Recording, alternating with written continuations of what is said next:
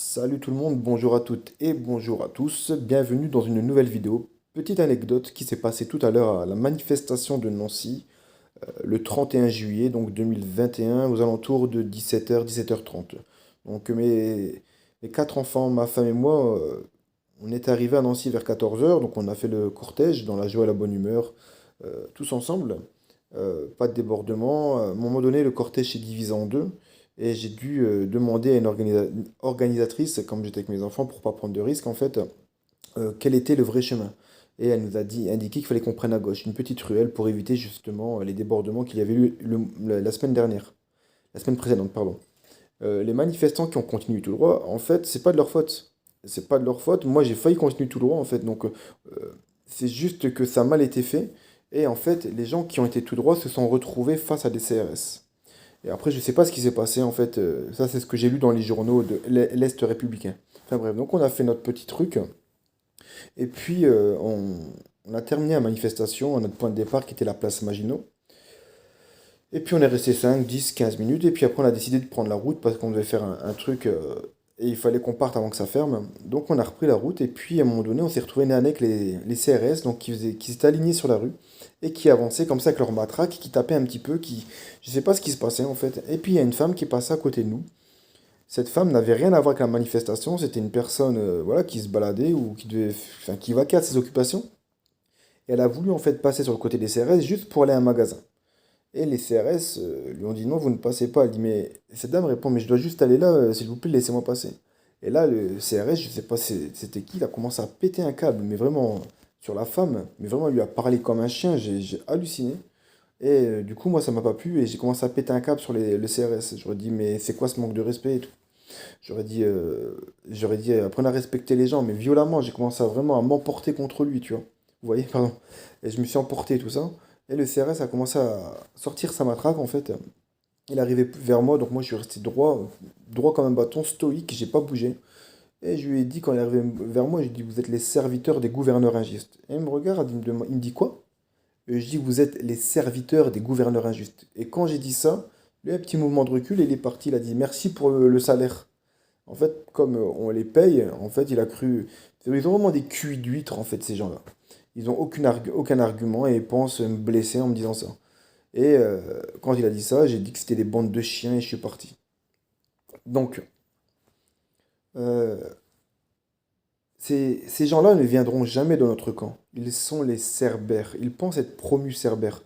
Ce sont les gouverneurs, les serviteurs des gouverneurs injustes. C'est l'armée privatisée des élites et de l'oligarchie. C'est le bras droit.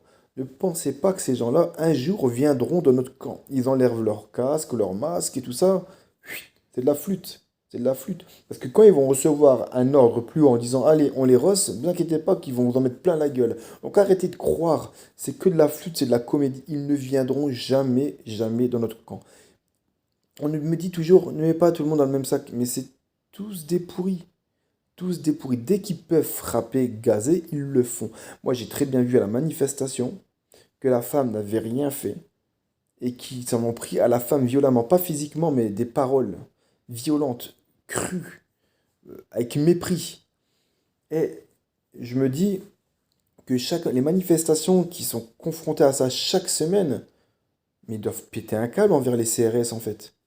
Quand on entend ils nous ont gazés comme ça sans aucune raison, mais moi je les crois maintenant ces gens-là. Je les crois.